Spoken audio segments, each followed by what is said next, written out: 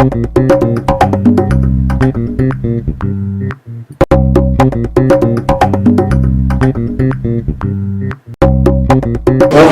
m'adresser à la presse, je ne sais pas s'ils sont là, il y en a quelques-uns qui sont là, pour leur dire que vous aviez titré à l'époque que c'était certainement la mort de l'ETFPA, que cet établissement allait mourir. Voilà, aujourd'hui je tiens à vous dire que non seulement on n'avait pas envie de le faire mourir, mais qu'on a mis une rage extraordinaire, tous ceux qui sont là et tous les autres, pour que cet établissement vive, renaisse, avec des projets, avec des envies. Et vous ne pouvez pas imaginer à quel point c'est chaud pour moi d'être aujourd'hui ici pour être présente à cette première sortie de stagiaire, parce que c'est vraiment un projet qu'on a porté, qu'on a voulu, qu'on a initié, qu'on a vraiment voulu en termes politiques, en termes humains, dans tous les sens du terme. Alors, je vais commencer par les remerciements d'usage. D'abord, un grand merci à l'équipe qui a permis ça, à l'équipe menée par Pascal et à tous ceux qui travaillent autour de lui. D'abord, merci à vous d'y avoir cru autant que nous et de l'avoir rendu possible. Ensuite, merci à l'équipe de l'ETFPA avec son directeur Jean-Pierre, son président de conseil d'administration. Et merci à tous les partenaires d'avoir accompagné ce projet. Alors ce projet, c'est avant tout quelque chose qui est extrêmement important pour la Calédonie, qui est symbolique, qui est de dire le destin commun passe par la prise en compte de tous les publics et qu'en formation professionnelle, comme j'espère dans tous les domaines, aujourd'hui, les gens qui ont au départ peu de chances d'y arriver doivent retrouver à la fois la réponse qui leur va, l'espoir, l'envie et la capacité.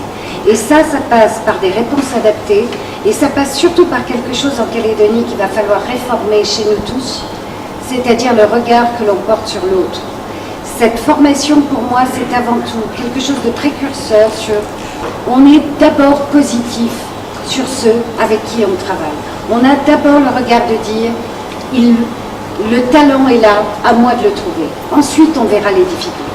Donc ça, c'est quelque chose de phénoménal en formation professionnelle, de ne pas regarder les carences des gens, mais d'abord de regarder ce qu'ils peuvent apporter à l'autre, à eux-mêmes et à soi. Je voudrais remercier les stagiaires qui ont participé à cette action parce qu'on a pris des risques avec vous. Je pense qu'aujourd'hui, le résultat, donc tout ce que vous pourrez voir ici, les personnes ici présentes ont intégralement été produites pendant les temps de formation ici, pour vous expliquer un petit peu ce que faisaient les stagiaires.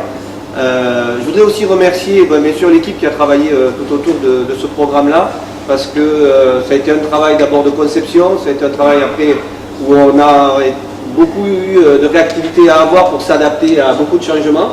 Donc ça aussi, merci beaucoup. Et puis après, je voudrais remercier tous les partenaires, parce que sans vous, on ne peut pas travailler les projets, les personnes. Alors quand je dis les partenaires, c'est aussi bien tous les organismes de formation. Je crois que jamais dans une action telle qu'on l'a déployée, les organismes de formation ne sont intervenus ou nous-mêmes, on a envoyé des stagiaires ponctuellement sur des demi-journées, sur des journées, tout ça pour faire des parcours à la carte de nos stagiaires. Et ça, je vous remercie parce que je sais que c'est pas facile à gérer et d'avoir fait cet effort-là. Je sais qu'il y en a beaucoup qui sont présents ici. Les entreprises, bien sûr, qui ont aussi compris que les stagiaires qui étaient sur l'espace vocationnel avaient un profil particulier et qu'il fallait aussi adapter le tutorat. Donc sans vous, le travail n'est pas possible de construction de parcours. Et bien sûr, tous les autres intervenants, il y a aussi beaucoup d'intervenants extérieurs qui interviennent dans la formation, qui permettent aussi de développer les compétences clés de tous les stagiaires. On a beaucoup discuté avec eux là-dessus, que ce soit les interventions au niveau du SLAM, au niveau de l'informatique, au niveau de la confiance en soi, etc. etc. Parce que l'objectif aussi, et on l'a souvent dit, c'est d'apprendre en y prenant du plaisir.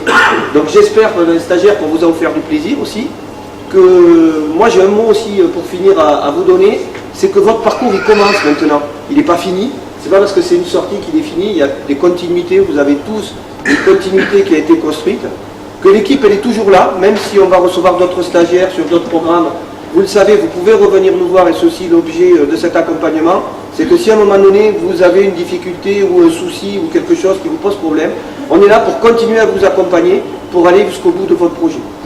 Alors je me présente, je m'appelle Simon Wenetem, je suis formateur consultant pour le TFPA tous les mercredis.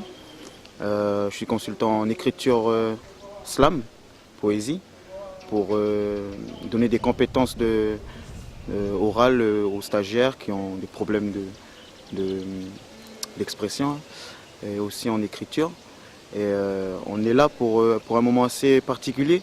On va marquer la fin de notre espace préparatoire de l'ETFPA et on va donner des certificats de stage aux stagiaires et pour voir qu'ils ont réussi et tout, leur projet professionnel.